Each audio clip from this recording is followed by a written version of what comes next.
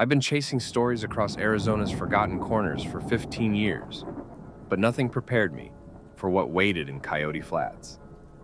A speck on the map where Highway 87 meets endless horizon. Population 312 according to the sun-bleached welcome sign. Though I doubted even that modest number. My editor had sent me to document the slow death of these desert outposts. Get something poignant about rural decline, she'd said, but what I found transcended mere economic entropy. The late afternoon sun cast long shadows as I pulled into the town's only gas station. A weathered structure with peeling turquoise paint and a neon open sign flickering erratically. The air conditioning in my rental car had surrendered hours ago, leaving me parched and irritable. Inside, a single ceiling fan circulated hot air ineffectively. The clerk, a leathery man with deep-set eyes, barely acknowledged me as I paid for gas and a lukewarm bottle of water. "Any place to stay around here?" I asked. He studied me with peculiar intensity. "Mesa Motel, end of Maine. Can't miss it." His gaze lingered a moment too long before returning to a dog-eared paperback. The Mesa Motel proved to be a horseshoe of faded adobe units facing an empty courtyard where a swimming pool had once existed, now filled with sand and desert scrub. The office smelled of dust and artificial pine. "Just passing through?" The elderly proprietress smiled as she handed me a physical key, attached to a heavy wooden fob carved with the number 7. "Research for an article," I replied. "I'll be here a few days." Something shifted in her expression. "Most folks don't stay that long. Not much tourism." "Not much reason to stay," she said, then added with unsettling emphasis. "Especially after sundown." My room was surprisingly clean, dated. Wood-paneled walls, a turquoise bedspread, and a television that predated flat screens. I unpacked my laptop and recorder, arranging my notes on the small desk beneath a window that faced the vast desert beyond the town's edge. As twilight descended, I walked Main Street, recording observations on my phone. Coyote Flats consisted of little more than a dozen storefronts, half vacant, their windows revealing empty interiors thick with dust. The few pedestrians I passed averted their eyes, quickening their pace as darkness gathered. At the Desert Diner, a chrome-trimmed establishment with vinyl booths, I ordered coffee and pie while interviewing the waitress, a woman named Elaine who'd lived in Coyote Flats her entire life. "Town's been dying since the mine closed in '98, she said, refilling my cup. "Nothing keeps people here except habit. No one moves here by choice." Her hand stilled. "Only those who don't know better." As our conversation progressed, I noticed how she kept glancing at the windows as daylight faded, her sentences becoming shorter, more clipped. "You should head back to your room soon," she finally said, though it was barely 8 p.m. "Streets get dark, easy to get turned around." I lingered, despite her warning, making notes until I was the last customer. Walking back to the motel, I was struck by the absolute darkness between the sparse streetlights. The town had gone eerily silent. No televisions murmuring through windows, no distant conversations or music, just wind and something else. A soft, rhythmic sound, like sand being poured from one container to another. I paused, turning in a slow circle. Nothing moved in the shadows, yet the sensation of being observed prickled across my skin. Back in my room, I transcribed my notes, attributing my unease to isolation and the inherent melancholy of dying towns. Yet as I prepared for bed, I noticed something odd. My water bottle, which I'd placed on the nightstand, now stood on the desk beside my laptop. I frowned. Had I moved it without thinking? I returned it to the nightstand, brushing off the incident. Sleep came fitfully. I dreamed of sand pouring through an hourglass, except the grains moved upward instead of down, defying gravity. I woke at 3 a.m., according to the glowing bedside clock, throat parched. The water bottle was back on the desk. I sat up, fully alert now. The room felt different, the air denser, as though the desert's vastness had somehow compressed itself into these 4 walls. The silence hummed with expectation. There it was again, that sound of shifting sand, seemingly emanating from the bathroom. I reached for the bedside lamp, but when I flipped the switch, nothing happened.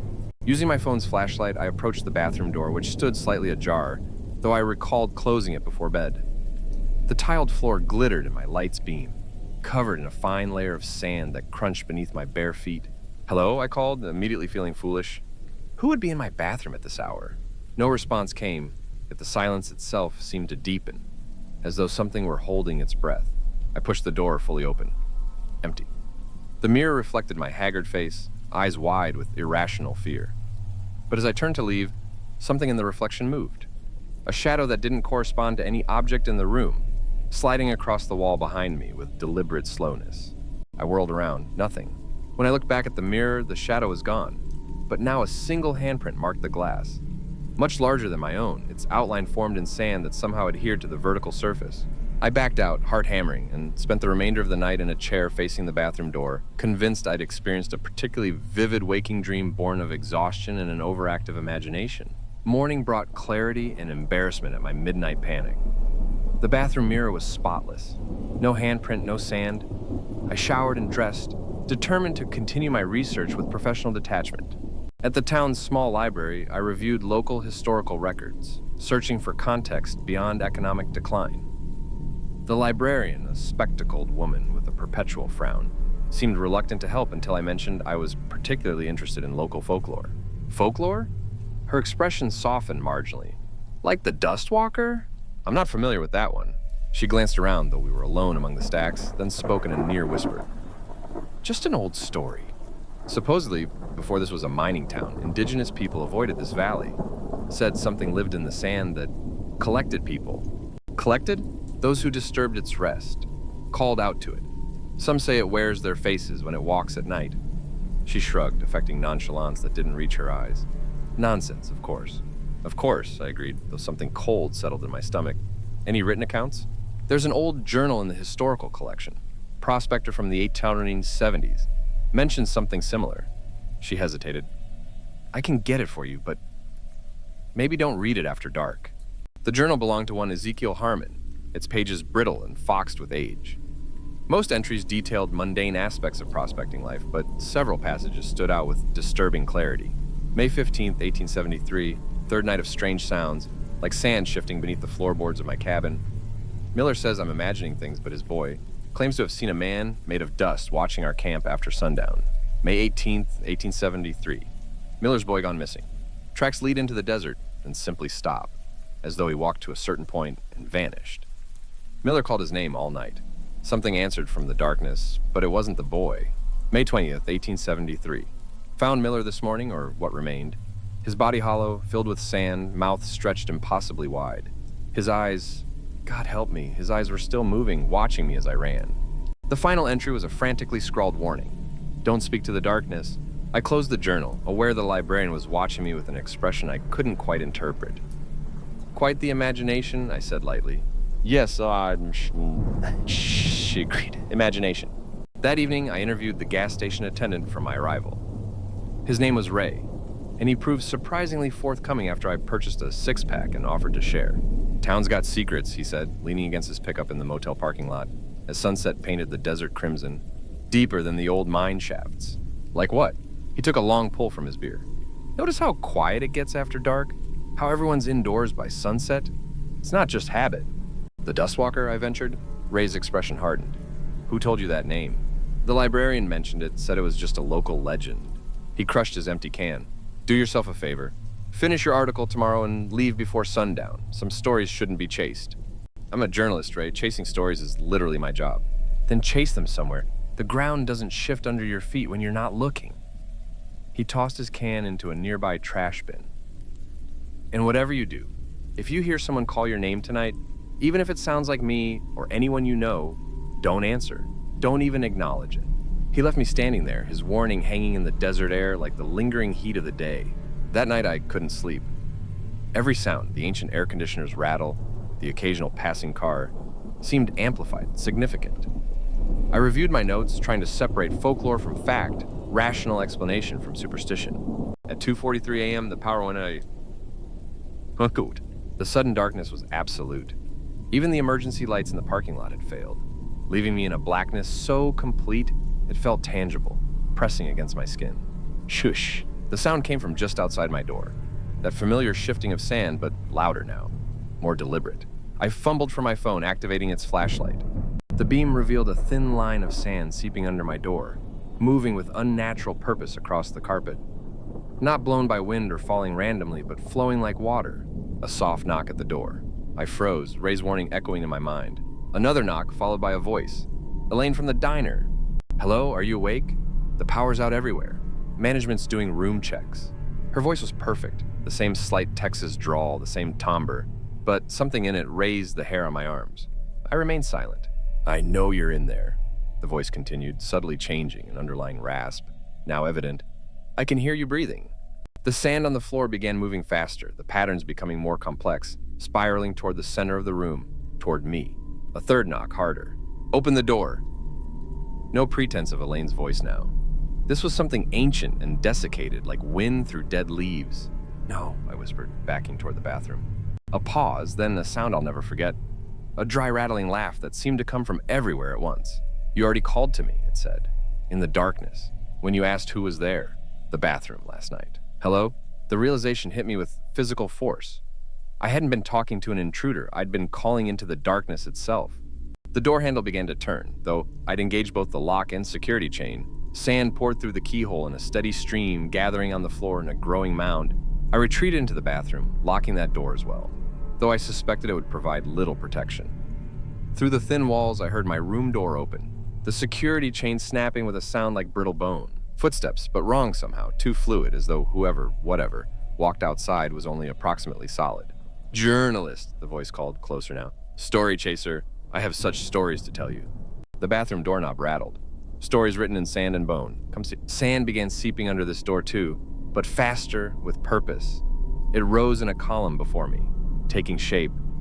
A rough approximation of a human figure, featureless, save for two deep indentations where eyes should be. As I watched in horror, the face began to define itself, sand shifting and compacting until I recognized the features forming. My own face, rendered in sand, smiling at me with too many teeth. "Your turn," it whispered, through a mouth that leaked fine grains with each word. "Your turn to be the story." It reached for me with a hand that both was and wasn't solid, fingers elongating impossibly. Where it touched my chest, I felt a terrible cold, as though something essential was being extracted through my skin. In desperation, I threw the contents of the sink at it. Soap, water, anything. The water hit the sand figure with a hiss of steam, and it recoiled, its form momentarily disrupted.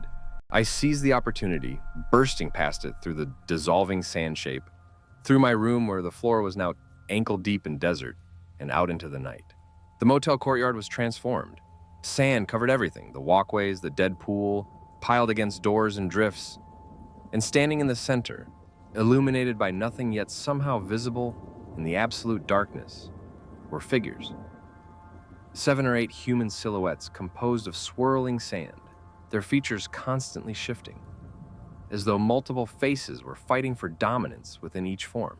They turned toward me in unison, and I recognized fragments of expressions. The gas station attendant's eyes, the librarian's frown, the motel owner's smile, all rendered in flowing sand, all wrong. Behind me, my room door opened. The thing wearing my face emerged, more solid now, more defined. "We are the forgotten," it said, its voice harmonizing with the others in a chorus of whispers. "The lost, the taken, and now the takers." I ran. Through the empty streets of Coyote Flats, past dark storefronts where sand pressed against windows from the inside, past houses where no lights burned despite the blackout, where no voices called out in confusion or alarm. Had there ever been 312 residents? Or had the Dustwalker been adding to its collection for generations, wearing their faces by day, becoming them?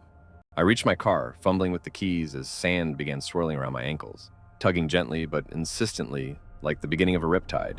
The engine started on the first try, a small mercy. I accelerated away from the motel, away from Main Street, toward the highway and civilization beyond.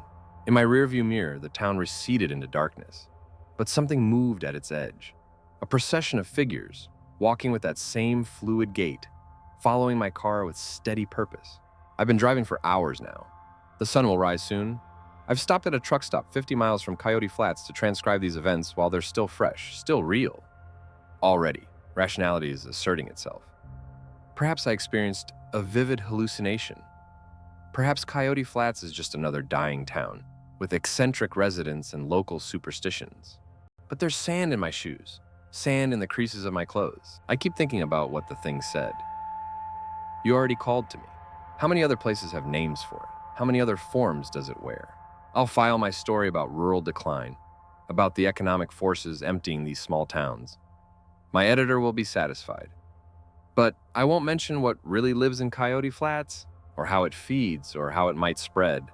Because even now, miles away in the fluorescent safety of this truck stop, I swear I can hear it.